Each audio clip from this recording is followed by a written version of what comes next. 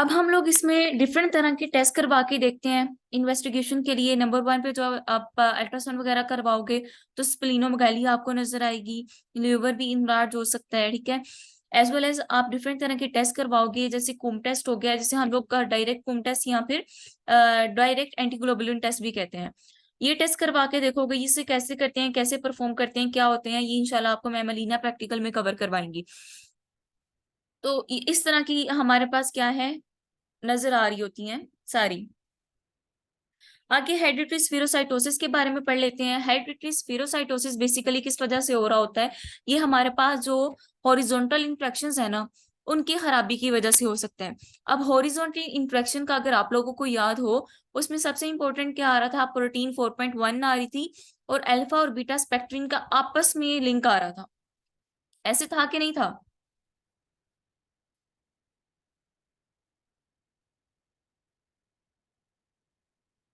M आई right बच्चों? Yes ma'am. अच्छा, basically ये हो रहा होता है। अब हेरिडिटरी एलिप्टोसाइटोसिस में क्या होता है, सेम वही वाली चीजें हैं, लेकिन मसला यहाँ पे क्या है, यहाँ पे मसला है हॉरिजॉन्टल इन्फेक्शन में। अब हॉरिजॉन्टल इन्फेक्शन में क्या होता है कि उनकी वजह से आरबीसी की जो मेम्ब्रेन है वो खुद को सही से मेंटेन नहीं कर पा रही होती, उनमें मसले की वजह से। और इन द एंड क्या होता है कि आरबीसी में ब्रेकडाउन होने की कैपेसिटी ज्यादा होती है। तो ये चीज हो रही होती है।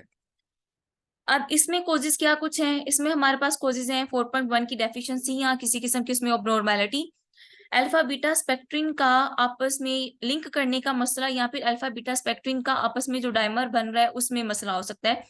ये हमारे पास एसोसिएशन हो सकती हैं जो कि हेरिडिटरी लिप्टोसाइटोसिस की तरफ लेके जा रही होती हैं। और सम टाइम तो ऐसा होता है कि इन वाले पर्सन में इतनी ज्यादा बुरी हालत हो जाती है कि स्प्लीन को रिमूव करना पड़ता है। एलिप्टिकल सेल है ना, तो लिप्टिकल सेल को रिमूव कर लिया जाता है स्प्लीन के जरिए से। तो सम टाइम इतनी ज्यादा इसमें हेमोलिसिस स्प्लीन की वजह से हो रही होती है कि स्प्लीन को सम टाइम क्या किया जाता है, रिमूव करना पड़ जाता है।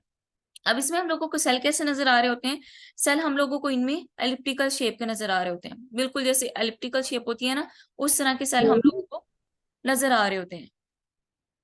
जी मैम बच्चों। अगर हम स्प्लीन रिमूव कर देंगे तो उसका कोई इफेक्ट नहीं होगा बॉडी में? इसमें ना बच्चों, कुछ लोग होते हैं जिनकी हम लोगों को डिफरेंट पैथोजेनेसिटीज में स्प्लीन को रिमूव करना पड़ता है, तो फिर वो अपना लाइफस्टाइल कोई मॉडिफिकेशन उसके हिसाब से कर लेते हैं।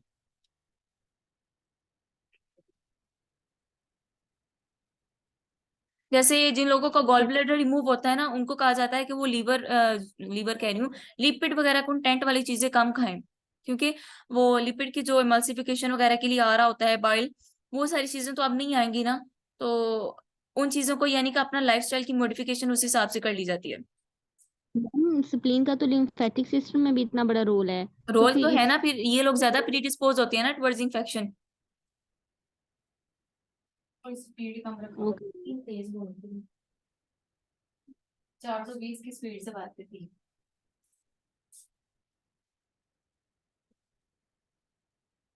स्प्लीन रिमूव होती है तो उसके साथ हमारे पास डिफरेंट तरह की और कंडीशन आ जाती हैं, तो उनको साथ में ही देखना पड़ता है। अगर उनमें इन्फेक्शन होने के चांसेस ज्यादा होते हैं, इन सारी चीजों को फिर साथ में लेके देखना पड़ता है। ओके हो गया? नहीं। आगे। Yes ma'am.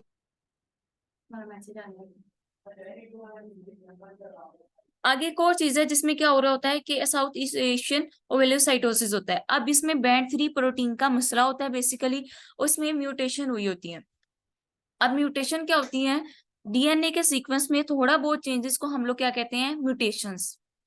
अब ये म्यूटेशन किस किस किस्म की हो सकती हैं, डीएनए जो बेस है उसकी जगह से उसकी जगह पे कोई और बेस अटैच हो जाए, डीएनए में कोई नई बेसिस ऐड हो जाए, इसे हम कहते हैं इंसर्शन। या फिर डीएनए में से कुछ बेसिस रिमूव हो जाएं, जिसे हम कहते हैं डिलीशन। और बैंड 3 प्रोटीन में जो म्यूटेशन इन्वॉल्व है वो डिलीशन म्यूटेशन है, जिसमें क्या हो रहा होता है कि इन द एंड हमारे पास ट्रांसलेशन में जो प्रोटीन बन रही होती है उसमें से 9 अमाइनो एसिड लॉस हो जाते हैं। जब वो लॉस हो जाते हैं तो इनमें क्या होते हैं कि आरबीसी की जो शेप होती है ना, वो नॉर्मल बाइकन केव से हट के ओवेलोसाइट्स की तरफ चली जाती है, वो ओवल शेप के सेल बन जाते हैं। एज वेल एज जो सेल की नॉर्मल इलास्टिसिटी होती है ना, वो भी कॉम्प्रोमाइज हो जाती है। जब वो कॉम्प्रोमाइज होती है तो यानी कि सेल रिजिड हो जाता है। और इसमें लेकिन एक प्लस पॉइंट अब वो ये है कि ये वाले जो सेल है ना, वो मलेरिया पैरासाइट को रेजिस्ट करते हैं, मलेरिया पैरासाइट को रेजिस्ट करते हैं। ये चीज आपने याद रखनी है। और ये भी हमारे पास इम्यूनिटी की निमिया की तरफ ले जाता है।